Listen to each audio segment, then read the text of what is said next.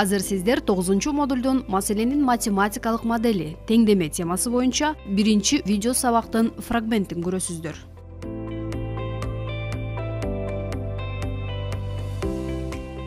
Бул видео сабактарды көрсөтүүдөн мурда мугалимдердин сабакты өнүктүрүүгө даярдануусу жөнүндө видеороликти көрүүнү сунуштайбыз. Мугалимдер ментордун катышуусу менен алгебранын элементтери деп аталган 9-модуль боюнча сабакты өтүү үчүн кайсы теманы, кандай маселени тандоо керектигин талкуулап жатышат. Сабактын темасын аныктап алышкандан кийин мугалимдер жаңы көндүмгө жеңил өтүү үчүн жаңы тема боюнча таяныч билимдерди кайталоого карата тапшырмаларды аныкташты. Андан кийин окуучулар өз алдынча же жуптарда, чакан тайпаларда аткарууга бериле турган жаңы типтеги маселени талкуулашты. Айрым окуучулар маселенин берилишиндеги шартты, суроону толук түшүнүүгө аракет жасашпай туруп, бат чыгарууга ашыгаарын айтышып, мугалимдер окуучуларга алгач маселени модельдештирүүнү сунуштап, андан кийин гана чыгаруусун сурануу керек деп чечишти. Ошондой эле практика этабында билимдерди бышыктоо үчүн 3 деңгээлдеги маселелерди тандоону макулдашышты. Андан кийин мугалимдер окуучулардын кимиси алгебранын элементтерин үйрөнүүдө кыйынчылыкка дуушар болуп жатканын билүү үчүн, бул тема боюнча окуучунун таяныч билимдери кайсы этапта экендигин билүү үчүн кандай багыттоочу суроолорду берүү керектигин талкуулашты. Бул суроолорго алынган жооптордон мугалим окуучунун билиминдеги күчтүү жактарын жана боштуктарды аныктайт.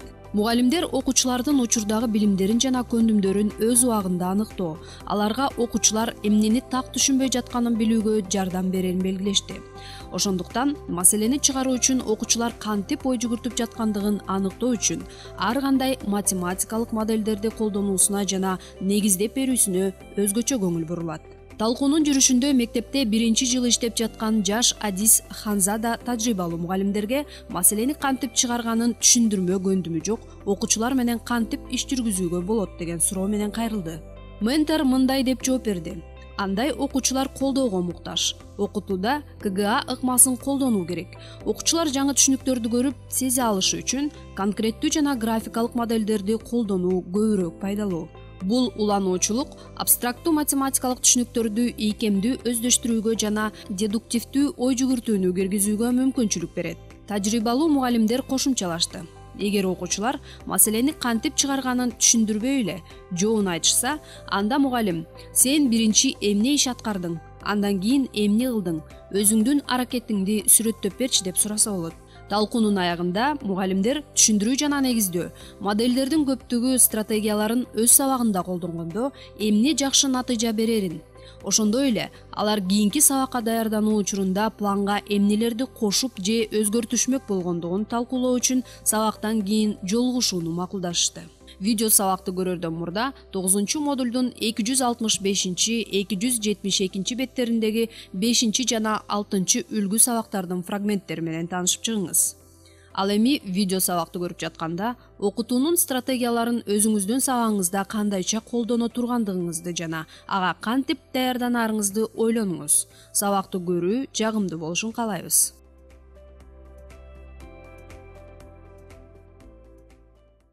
Балдар, бүгүн биз силер менен көбөйтүү жана бөлүүгө карата маселелерди теңдеме түзүүнүн жардамы менен чыгарабыз. Буга чейин силер менен кошуу жана кемитүүгө карата маселелерди чыгарууда теңдемелерди кантип түзгөнүбүз эсиңердеби? Ооба. Анда ким айтат, аларды биз кантип түздүк элек? Назел, айта кой.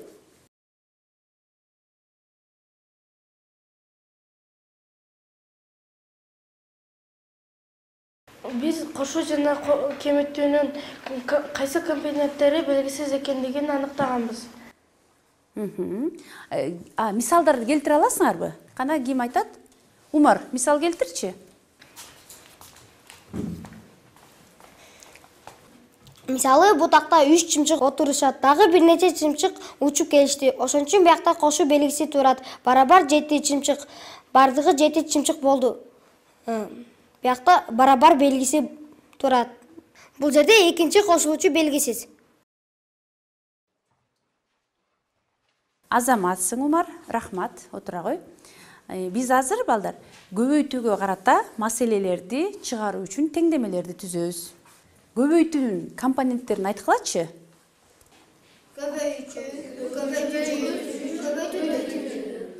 Келгиле, балдар, анда азыр маселе чыгарабыз. Анда маселени ким окуп коет? Дархан. Бир нече баштыктардын ар бирине 3 килограммдан алма салышты. Эгер баштыктарга 15 килограмм алма салышкан болсо, анда канча баштык колдонушту? Маселенин шарты силерге түшүнүктүү болдубу? Азыр мен дагы бир жолу окуп коеюн, Бир нече баштыктардын ар бирине 3 килограммдан алма салышты. Эгер баштыктарга 15 килограмм алма салышкан болсо, анда канча баштык колдонушту? Анда эмесе маселени чыгаргыла. Ал үчүн маселеде эмне белгисиз экендигин аныктагыла жана теңдеме түзгүлө. Убакыт кетти. 3 мүнөт убакыт. Жетеби, балдар? Ооба. Анда маселени чыгарып баштайбыз.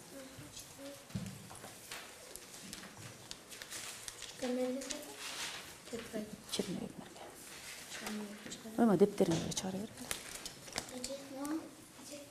Кана ар кимдер жуптарда түгөйүңөр менен талкуулап жаза бергиле.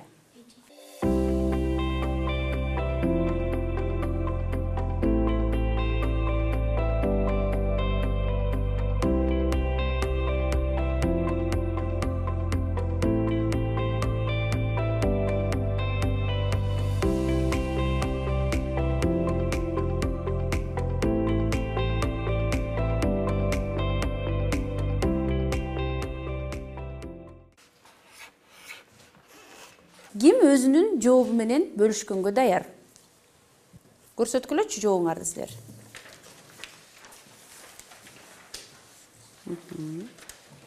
Азаматсыңар. Эми келе кой, Сафинур. Сен өзүңдүн жообуңду бизге түшүндүрүп берчи. 15 килограмм алманы 3 баштыкчага салгандыктан мен 15-ти 3-кө көбөйтүп 45-ти алдым.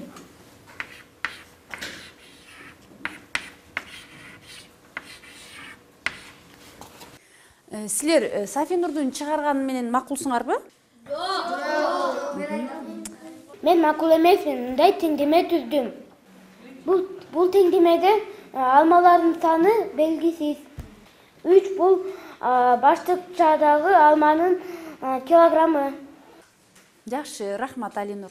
Сафинур, сен болсо Алинурдун жообу менен макулсуңбу? Ооба, макулмун. Уруксат берсеңиз, мен теңдеменин маселени чыгаруу үчүн доскага жазайын. Жазып көрчү. Баштыкчалардын саны белгисиз. Мен аларды X аркылуу белгилеп алдым.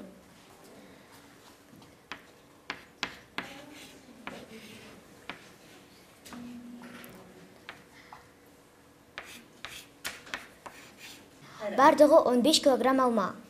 Ар бирине 3 килограммдан алма салышкандыктан 3 көбөйтүү X барабар 15 деп жазып алдым.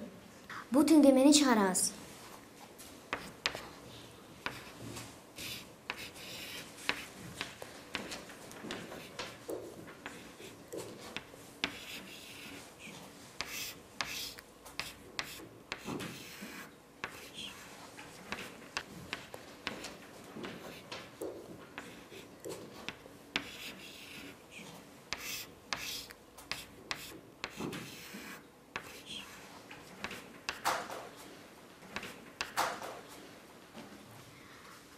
X барабар 15 бөлü 3, X барабар 5. Жообу 5 баштыкча. Азаматсың, Зафинур. Сага рахмат, отура кой ордуңа. Ушул эле маселени ким башкача жол менен чыгарды? Амина, келип түшүндүрүп берчи бизге.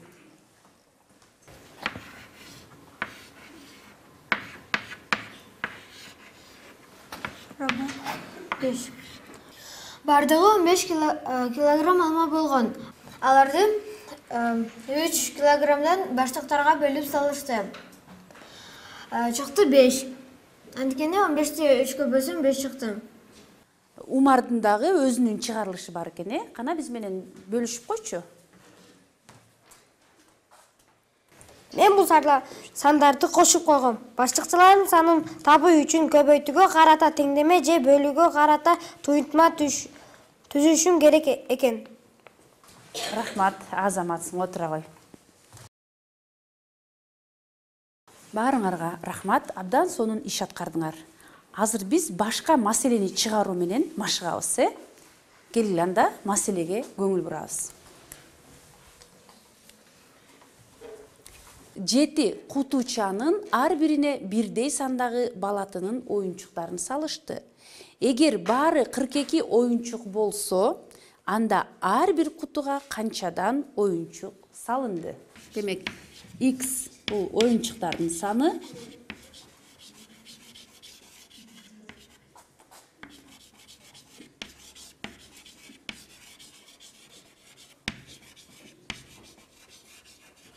ал эми 7 бул кутулардын саны, кутучалардын саны.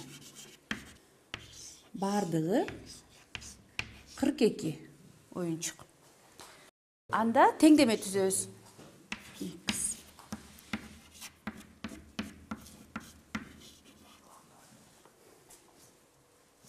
теңдемени чыгарабыз. Теңдеменин тамырын табыш үчүн тескери амалды колдонобуз, балдар?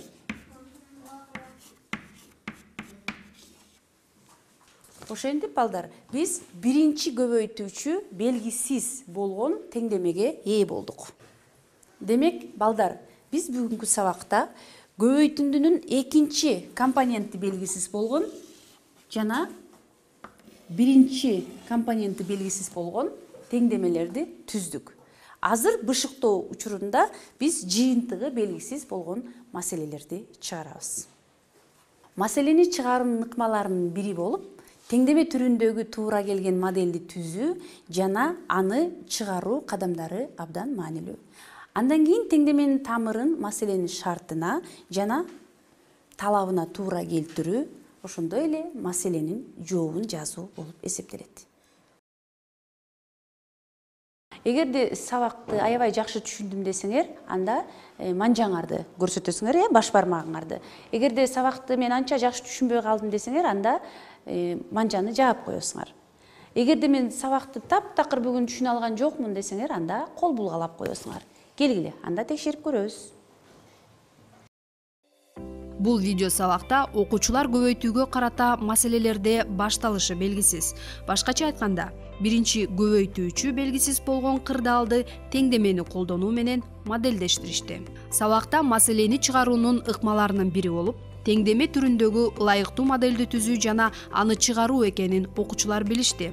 Андан кийин алар теңдеменин тамырын маселенин шарты жана талабы менен туура келтирип, жообун жазышты. Мугалим сабакта теңдемедеги барабардык белги жана белгисиз сан менен иштөө аркылуу окуучуларда алгебралык ой жүгүртүүнүн элементардык көндүмдөрү калыптанат деген маанилүү түшүнүктү бышыктады.